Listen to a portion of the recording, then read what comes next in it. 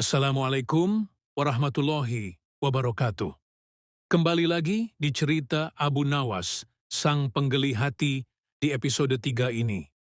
Selamat mendengarkan. Mimpi buruk yang dialami Baginda Raja Harun al-Rashid tadi malam menyebabkan Abu Nawas diusir dari negeri Baghdad. Abu Nawas tidak berdaya. Bagaimanapun, ia harus segera menyingkir meninggalkan negeri Baghdad hanya karena mimpi. Masih jelas terngiang-ngiang kata-kata Baginda Raja di telinga Abu Nawas. Tadi malam aku bermimpi bertemu dengan seorang laki-laki tua. Ia mengenakan jubah putih. Ia berkata bahwa negerinya akan ditimpa bencana bila orang yang bernama Abu Nawas masih tetap tinggal di negeri ini.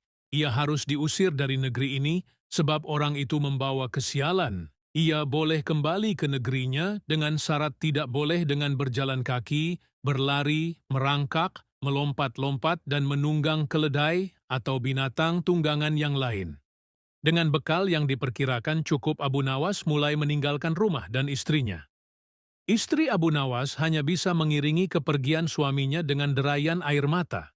Sudah 2 hari penuh Abu Nawas mengendarai keledainya. Bekal yang dibawanya mulai menipis. Abu Nawas tidak terlalu meresapi pengusiran dirinya dengan kesedihan yang terlalu mendalam. Sebaliknya, Abu Nawas merasa bertambah yakin bahwa Tuhan yang Maha Perkasa akan segera menotong keluar dari kesulitan yang sedang melilit pikirannya.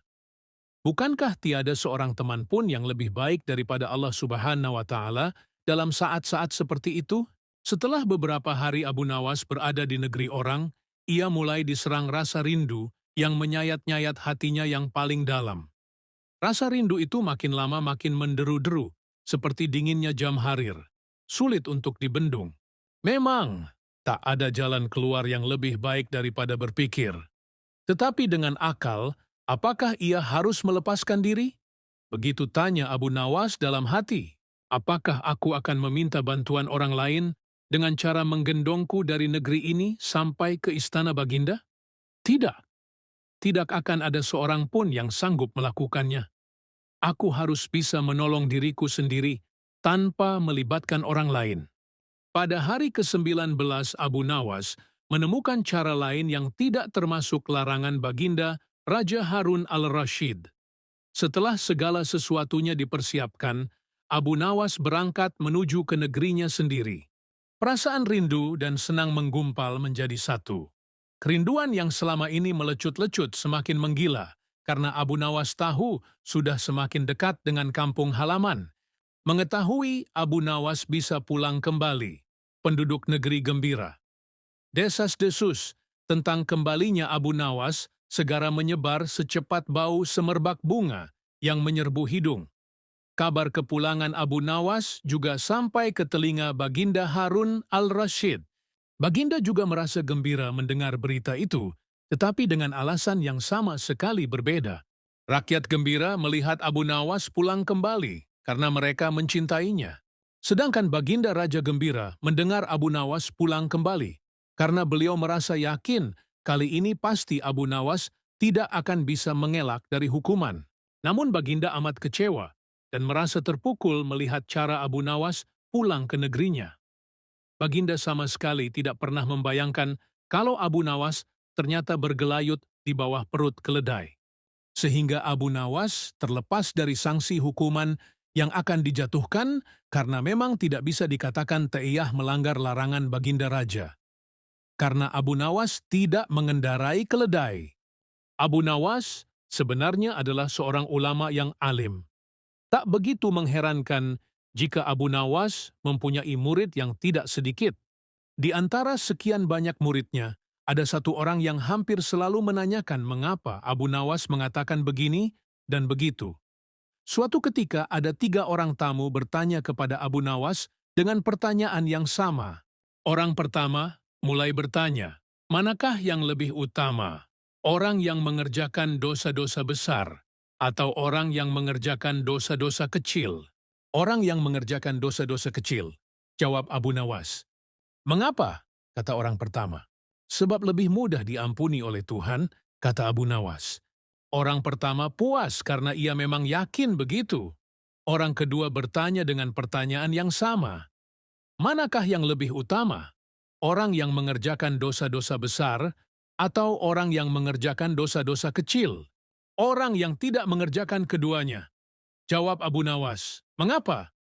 Kata orang kedua. Dengan tidak mengerjakan keduanya, tentu tidak memerlukan pengampunan dari Tuhan. Kata Abu Nawas. Orang kedua langsung bisa mencerna jawaban Abu Nawas.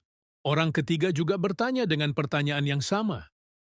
Manakah yang lebih utama, orang yang mengerjakan dosa-dosa besar atau orang yang mengerjakan dosa-dosa kecil?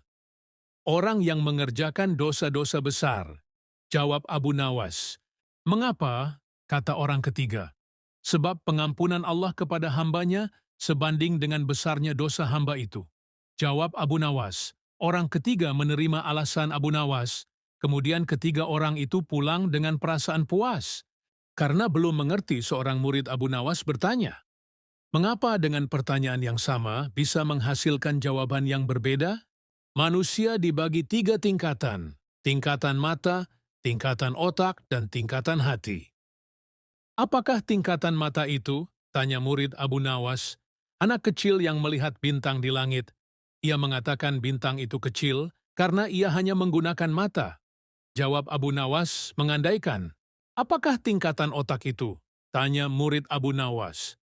Orang pandai yang melihat bintang di langit ia mengatakan, bintang itu besar karena ia berpengetahuan. Jawab Abu Nawas. Lalu, apakah tingkatan hati itu? Tanya murid Abu Nawas. Orang pandai dan mengerti yang melihat bintang di langit. Ia tetap mengatakan bintang itu kecil, walaupun ia tahu bintang itu besar. Karena bagi orang yang mengerti, tidak ada sesuatu apapun yang besar jika dibandingkan dengan kemahabesaran Allah. Kini murid Abu Nawas mulai mengerti mengapa pertanyaan yang sama bisa menghasilkan jawaban yang berbeda. Ia bertanya lagi, wahai guru, mungkinkah manusia bisa menipu Tuhan? Mungkin, jawab Abu Nawas. Bagaimana caranya? Tanya murid Abu Nawas ingin tahu. Dengan merayunya melalui pujian dan doa. Kata Abu Nawas, ajarkanlah doa itu padaku, wahai guru. Pinta murid Abu Nawas, doa itu adalah, Ilahi lastu hi firdausi ahla, wala aqwa alan naril jahimi, fahabli taubatan waghfir zunubi, fa innaka ghafiruz zanbil adhimi. Sedangkan arti doa itu adalah, wahai Tuhanku, aku ini tidak pantas menjadi penghuni surga, tetapi aku tidak akan kuat terhadap panasnya api neraka. Oleh sebab itu, terimalah tobatku, serta ampunilah dosa-dosaku. Karena sesungguhnya Engkaulah Zat yang mengampuni dosa-dosa besar. Kisah selanjutnya. Kadangkala untuk menunjukkan sesuatu kepada sang raja, Abu Nawas tidak bisa hanya sekedar melaporkannya secara lisan. Raja harus mengetahuinya dengan mata kepala sendiri, bahwa masih banyak di antara rakyatnya yang hidup sengsara. Ada saja praktek jual-beli budak. Dengan tekad yang amat bulat, Abu Nawas merencanakan menjual baginda raja. Karena menurut Abu Nawas, hanya baginda raja yang paling patut untuk dijual. Bukankah selama ini baginda raja selalu mempermainkan dirinya dan menyengsarakan pikirannya? Maka sudah sepantasnya lah kalau sekarang giliran Abu Nawas mengerjai baginda raja. Abu Nawas menghadap dan berkata kepada baginda Raja Harun al-Rashid, ada sesuatu yang amat menarik yang akan hamba sampaikan hanya kepada paduka yang mulia. Apa itu, wahai Abu Nawas? Tanya baginda langsung tertarik. Sesuatu yang hamba yakin belum pernah terlintas di dalam benak paduka yang mulia.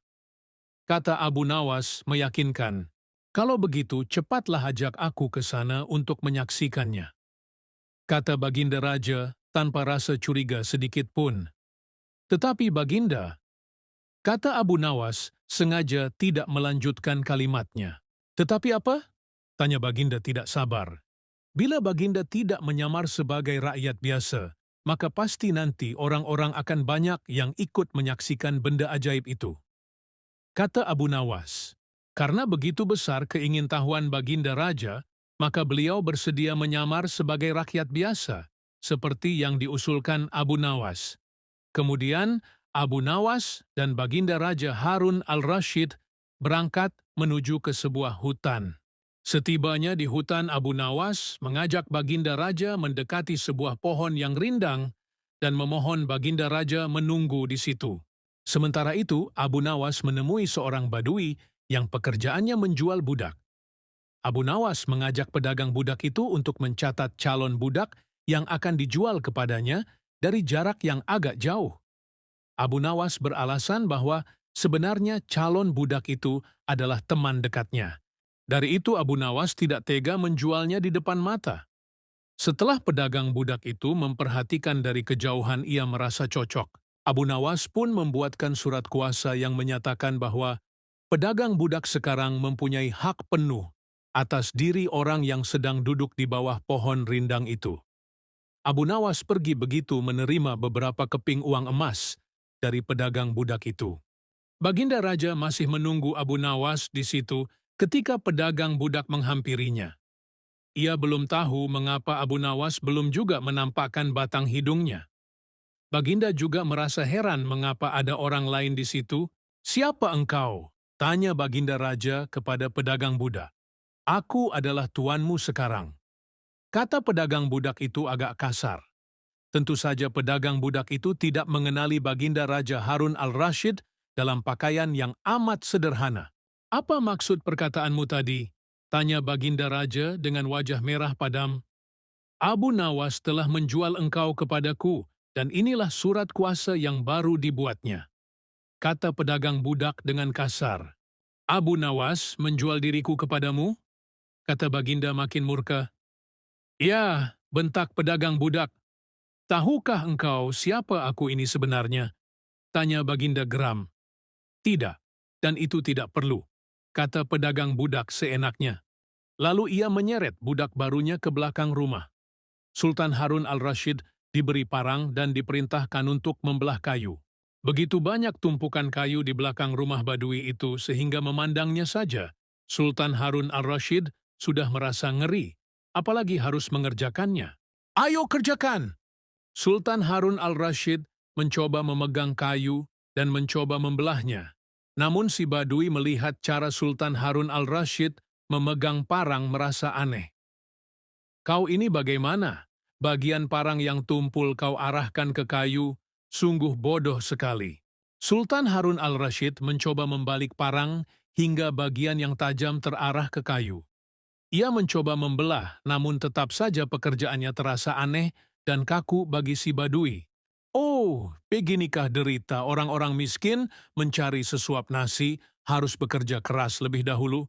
Wah, lama-lama aku tak tahan juga," gumam Sultan Harun al-Rashid. Si badui menatap Sultan Harun al-Rashid dengan pandangan heran dan lama-lama menjadi marah. Ia merasa rugi, barusan membeli budak yang bodoh.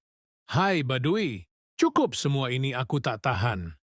"Kurang ajar kau budakku, harus patuh kepadaku," kata badui itu sembari memukul Baginda. Tentu saja raja yang tak pernah disentuh orang itu menjerit keras saat dipukul kayu. "Hai badui, aku adalah rajamu, Sultan Harun al-Rashid," kata Baginda sambil menunjukkan tanda kerajaannya. Pedagang budak itu kaget dan mulai mengenal Baginda Raja. Ia pun langsung menjatuhkan diri sembari menyembah. Baginda Raja. Baginda Raja mengampuni pedagang budak itu karena ia memang tidak tahu. Tetapi kepada Abu Nawas, Baginda Raja amat murka dan gemas, ingin rasanya beliau meremas-remas tubuh Abu Nawas seperti telur. Sekian cerita Abu Nawas, Sang Penggeli Hati, episode 3. Jangan lupa klik like, subscribe, dan komen agar tidak ketinggalan di episode selanjutnya.